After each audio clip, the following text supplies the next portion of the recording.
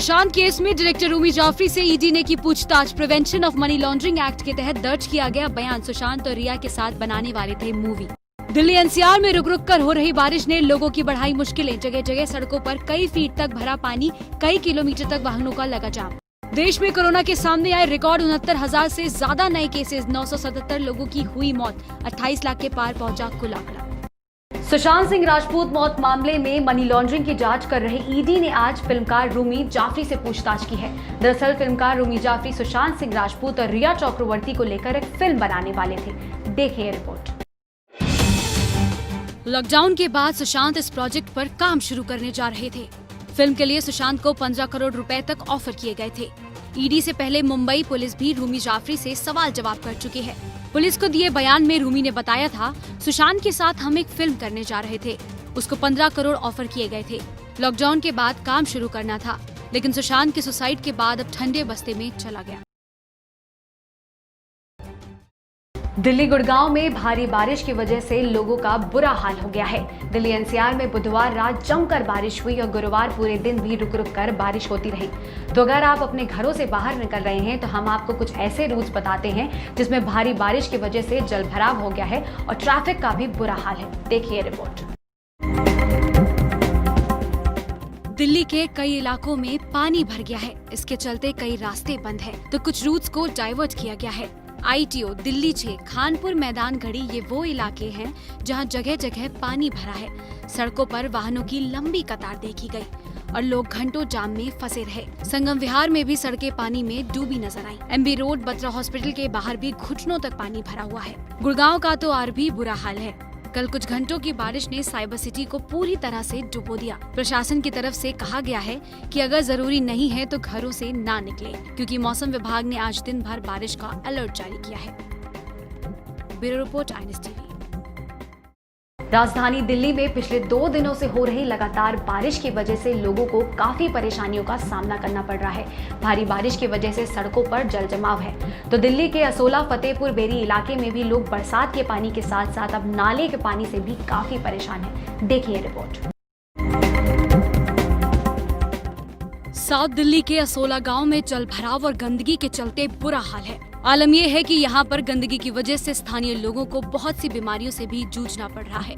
कुछ लोगों को अब कैंसर जैसी बीमारियां भी हो रही हैं। तस्वीरों को देखकर आप अंदाजा लगा सकते हैं कि किस तरीके से दूर दूर तक बरसात और नाले का पानी भरा हुआ है।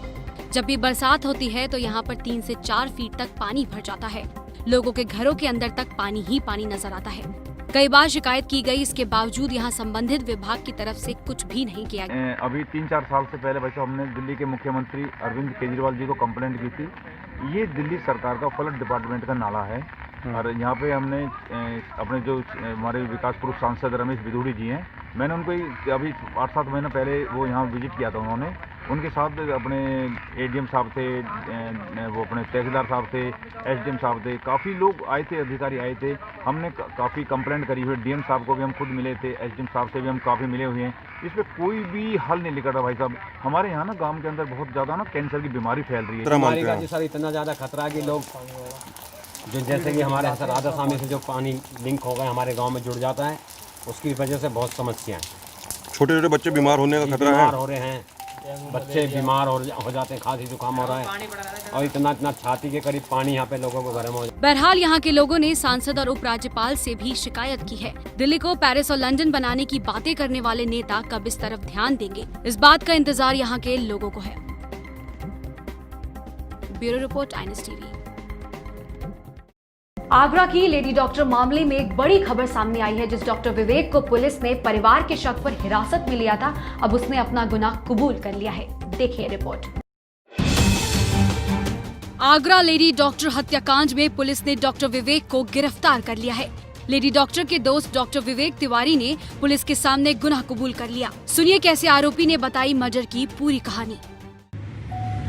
मैं डॉक्टर विवेक तिवारी जालौन से डॉक्टर योगिता से मिलने के लिए शाम को करीबन 6 से 6:30 के बीच में आया था। हमारे रिलेशन तकरीबन 7 सालों से थे। इस बीच में लास्ट बार मीटिंग के दौरान डॉक्टर योगिता जब मेरी कार में बैठी तो शुरुआत से ही इतने झगड़े स्टार्ट हो गए और इतनी ज़्यादा हॉट टॉक स्टार्ट हो गई कि जिसमें मैंने गला दबा के उनकी हत्या कर दी। और जब मुझे ये लगा कि गला दबाने के बाद भी उनकी मृत्यु नहीं हुई है, तो जनरली मैं अपने एक गाड़ी में चाकू रखता हूँ, उससे मैंने उनके सर पे वार किया और एक सुनसान इलाके में उनकी बॉडी को फेंक दिया और लकड़ियों से ढक दिया।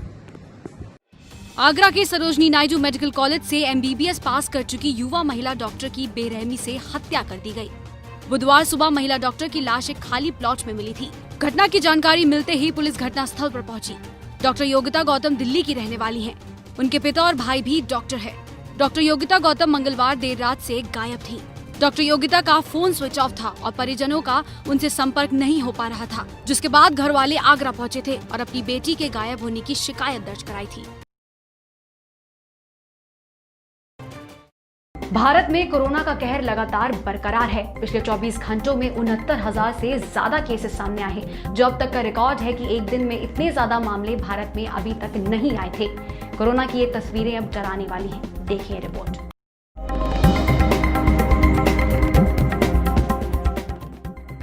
भारत में कोरोना वायरस से संक्रमण के केस लगातार बढ़ते जा रहे हैं। स्वास्थ्य मंत्रालय के गुरुवार सुबह जारी किए गए आंकड़ों के हिसाब से देश में पिछले 24 घंटे में कोरोना से कुल 69,652 लोग संक्रमित हुए हैं, जबकि पूरे देश में कुल 977 लोगों ने अपनी जान गंवाई है। अब देश में कोरोना के कुल 28,36,925 पॉजिटिव मामले हैं। देश में इस समय 6,86,395 एक्टिव केसेस हैं, जबकि अभी तक 20,96,664 लोग कोरोना की जंग जीत कर अपने घर जा चुके हैं।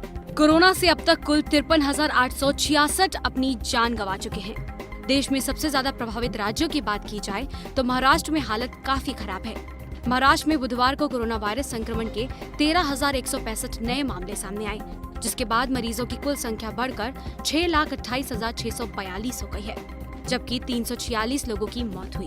वहीं दिल्ली में बुधवार को कोरोना वायरस के 1,398 नए मामले सामने आए हैं, जबकि 9 लोगों की मौत हो गई। इसी के साथ कुल संक्रमितों की संख्या 1,56,139 हो गई है। अब तक कुल 1,40,767 मरीज स्वस्थ हो चुके हैं। कोरोना वायरस से दिल्ली में अब तक कुल 4,235 लोगों की मौत हुई है। इस बीच मई के बाद पहली बार देश में कोरोना का पॉजिटिविटी रेट नीचे गिरता नजर आ रहा है, यानी अब बराबर टेस्टिंग पर भी संक्रमितों की कम संख्या सामने आ रही है। आजमगढ़ के बांसगांव में बीते शुक्रवार को मारे गए प्रधान के परिवार वालों से मिलने गए कांग्रेस प्रतिनिधिमंडल को रोक लिया गया, जिसके बाद कांग्रेस कार्यकर्ताओं ने जमकर हंगामा किया। देखिए रिपोर्ट। प्रदेश अध्यक्ष अजय लल्लू, राज्यसभा सांसद PL पुनिया समेत कई नेता अभी आजमगढ़ सर्किट हाउस में ही हैं। सर्किट हाउस पुलिस छावनी में तब्दील है। जिला प्रशासन ने पुलिस तैनात कर दिया है। आपको बता दें कि बांसगांव प्रधान सत्यमेव जयते पप्पू की बीती शुक्रवार की शाम गोली मारकर हत्या कर दी गई थी। इस घटना पर गांव के लोग हंगामा कर रहे थे। इसी दौरान मची भगदड़ में एक वाहन की चपेट से 12 वर्षीय बालक की मौत हो गई थी। इसके बाद लोग और भी भड़क गए। पुलिस चौकी के पास लोगों ने आगजनी की थी और पुलिस ने हवाई फायरिंग की थी। हिटलर शाही चलेगी इस देश में, उसमें रुकावट डाली है। लाठी डंडे के दम पर चलेगा ये देश, नहीं लाठी डंडे के दम पर चलेगा। आप ताला लगा देंगे, कैसे लगा देंगे भाई? आप है कौन रोकने वाले? हमारा मौलिक अधिकार है। आप डेमोक्रेसी को खत्म करेंगे? डेमोक्रेसी नहीं खत्म होगा। आपने नहीं बनाया है, हमारे बाप दादाओं ने खून पसीना देकर इस देश में डेमोक्रेसी बनाया है। किसी सरकार ने नहीं बनाया है। आप डेमोक्रेसी नहीं खत्म कर सकते, क्यों रोक रहे हैं? कारण क्या है? जब कानून की रक्षा करने वाले खुद ही कानून हाथों में लेने लगेंगे तो खाकी पर कितने लोगों का विश्वास रह जाएगा, इसका अंदाजा लगाना मुश्किल है। दरअसल दिल्ली में गुरुवार को बुद्ध विहार इलाके में एक पुलिसकर्मी ने मामूली विवाद पर एक युवक पर गोली चलाकर हत्या कर दी। देखिए रिपोर्ट। राजधानी दिल्ली का बुद्ध विहार इलाका गोलियों की गड़गड़ाहट से गूंज उठा। सुबह करीब 8 बजे के आसपास पुलिस को जानकारी मिली कि ब्रीजा गाड़ी में एक व्यक्ति की गोली मारकर हत्या की गई है। जब पुलिस मौके पर पहुंची तो तब तक लोगों की भीड़ वहां इकट्ठा हो चुकी थी। दरअसल सुरेंद्र नाम के एक पुलिसकर्मी ने दीपक नाम के एक व्यक्ति की गोली मारकर हत्या कर दी। दीपक द्वारका इलाके में अपना एक जिम चलाता था और सुरेंद्र शाहबाद डेयरी थाना इलाके में हेड कांस्टेबल के पद पर तैनात है। सुरेंद्र ने इस वारदात को अंजाम दिया। दोनों दीपक की ब्रीजा गाड़ी में ही थे और उसी दौरान इन दोनों के बीच कुछ कहासुनी हुई। उसके बाद सुरेन नाम के हेड कांस्टेबल ने रिवॉल्वर से दीपक को गोली मार दी। दीपक को आनन फानन में नजदीक के अंबेडकर अस्पताल में ले जाया गया, जहां डॉक्टरों ने दीपक को मृत घोषित कर दिया। फिलहाल पुलिस ने सुरेन को हिरासत में ले लिया है और पूछताछ जारी है, जिससे यह साफ हो सके कि इन दोनों के बीच किस बात को लेकर के झगड़ा हुआ था। दिल्ली पुलिस पूरे मामले की जाँच में जुटी हुई है।